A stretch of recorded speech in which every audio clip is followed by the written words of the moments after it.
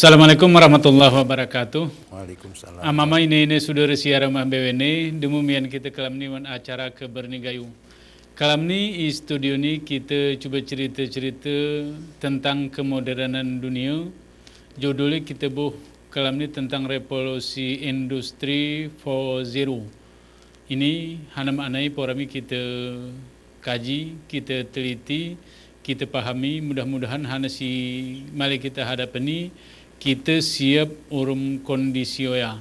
Narasumber tu ngageh ke studio ini Pak Mahadi Bahtera. Assalamualaikum Pak Mahadi. Waalaikumsalam warahmatullahi wabarakatuh. Pak Mahadi ini ngagatikan narasumber tu gerene perlu kita perkenalan dan ngemeh kita betih bebene. Pak Mahadi ini ahli dalam bidang koperasi, bidang ekonomi, sehingga peluang-peluang untuk masa depan kuna keadaan ni generasi itu, kuna keadaan siturah kita hadapi pasti menjadi kajian si menarik ke kita kaji rum-rum. Kenapa si umah pe perasaan kunti lali itu ku ingatannya resenemi dekat kita ku layar TV kita tontonnya karena pemikiran-pemikiran kita ni singgup murekayasa kehidupan masa depan tu hanyalah jema-jema si pani ke jema gerpani tentu saja dorwan gintes ke sana pe muncul iwani kehidupan ni. Bami Pak Mahdi ini ke mungkin berbicara revolusi industri. Mulai ada revolusi industri, kemudian ada 4.0. Ini mungkin untuk masyarakat siara rumah atau pong-pong siara rumah BWN menjadi pertanyaan BWN. Ada kata mulai terjadi ini ketika kita berbicara revolusi. Apakah berbicara revolusi ini adalah sesuatu hal singarani mehyan curi atau kuna turah kita pahami mula sehingga hana simile kita buatan kaheng menjadi bekal dari awal ini juga Pak Mahdi. Izin, Assalamualaikum warahmatullahi wabarakatuh. Waalaikumsalam warahmatullahi wabarakatuh. Kemudian pemirsa TV Aceh, si setia masih sampai kelem ni, kira masih sawah kelem ni. Kira tuduh-tuduh kami berbicara ITV ini mudah-mudahan manfaatkan kita BWN. Pertama, si kita bicarakan saat ini adalah revolusi 4.0. Ini istilah ayu, isi mungkin masih awam sebagian besar kita. Tapi ini adalah ilmu perbaruan terus bahwa teknologi begitu cepat, perubahan begitu cepat. Nah, revolusi ini arti perubahan begitu cepat. Nah, dan perubahan ini harus kita lalui, perubahan harus kita hadir di dalam perubahan. Perubahan revolusi yang kita masukkan ini ke 4.0, hanati 4.0. Ini artinya revolusi industri istilahnya yang keempat, generasi keempat nih sudah. Nah, artinya hana generasi keempat nih sebenarnya. Apa itu sebenarnya generasi keempat? Nah, pertama kita tengah masa penjajahan nih kan, zaman dulu. Dikenal memang sistem steam, mesin uap. Nah, kita tengah zaman-zaman cerita zaman karena kereta api pakai uap. Nah, kira masalahnya otomatis segala sesuatu urum uap. Mesin, urum uap. Nah, berubah. Ini istilahnya 1.0, mungkin istilahnya perubahan pertama. Berubah kedua setelah uap ini, berubah ke model otomotif. Nah, mulai modern pian. Kereta api mulai memakai uap nih, kira-kira. Kemudian mesin-mesin juga tidak lagi menggunakan uap dan lain-lain yang sejenis ini. Berikutnya otomasi atau otomatis. Mobil ke tengah ke pakai engkolan Pak. Istilah engkol, generasi kedua ya. Zaman-zaman kita ya tahun di bawah 90-an, tahun 70-an, mehne berengkolan ya. Artinya otomotif, mehne mesin bekerja dengan baik, tetapi masih manual istilahnya. Berikutnya mulai ku otomatis. Pakai start mulai ya. Tahun 90-an ya, atau setelah 90-an sebelum 90-an ya. Mulai pakai start, mesin menggunakan model kira-kira. Ini generasi ketiga.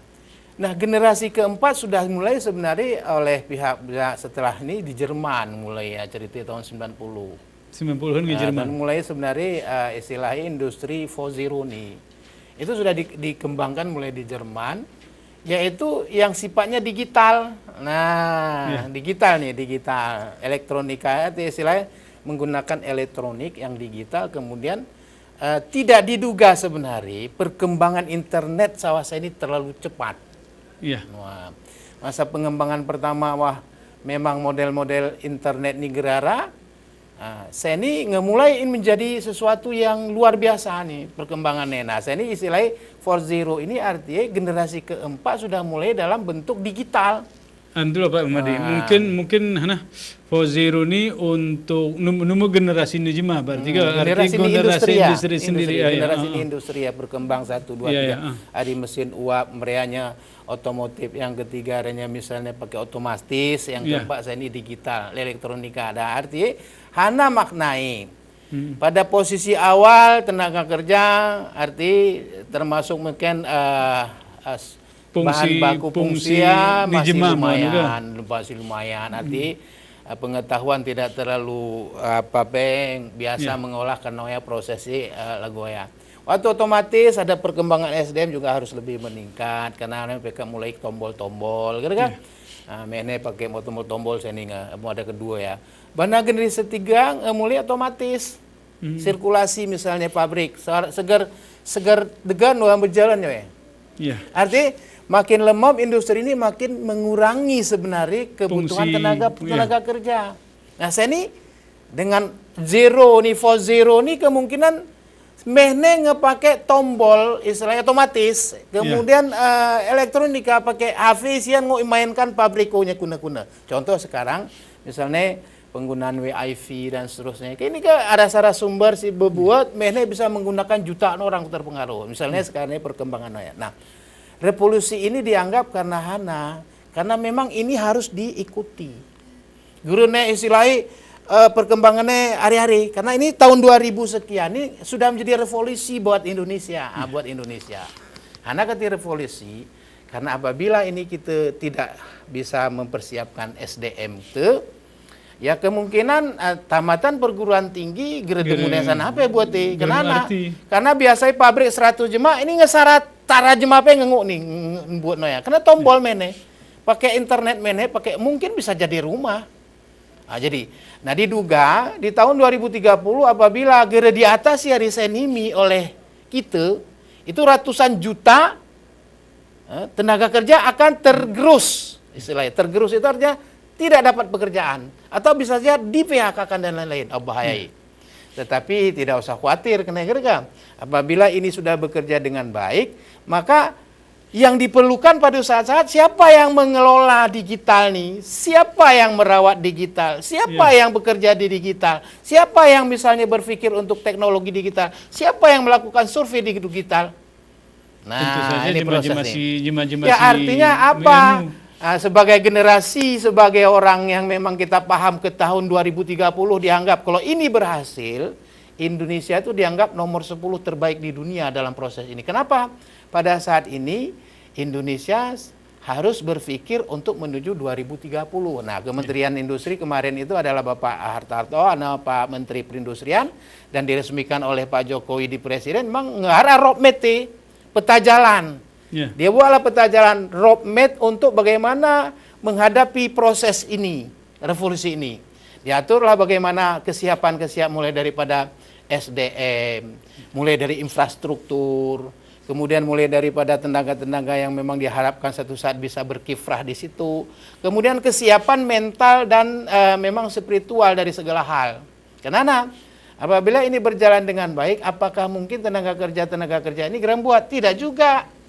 Diduga dengan perkembangan yang pesat ini akan menyebabkan justru penambahan tenaga kerja. Misal sekarang ini kita lihat misalnya berbelanja online. Ini pakai internet nih nih. Betul. Nah, akan terjadi di rumah tangga kecil pun bisa menggunakan internet.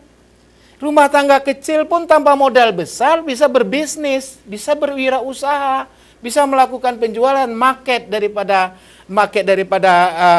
produknya.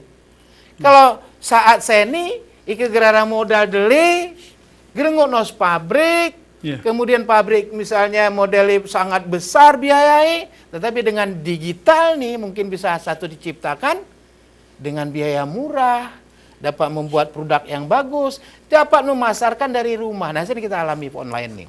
Mungkin gini Pak Mahdiga, arti ketika berbicara kita seni ke tengah akal dengan biaya mahal sana. Seni BW ini sebenarnya masyarakat nggak memiliki fasilitas soya.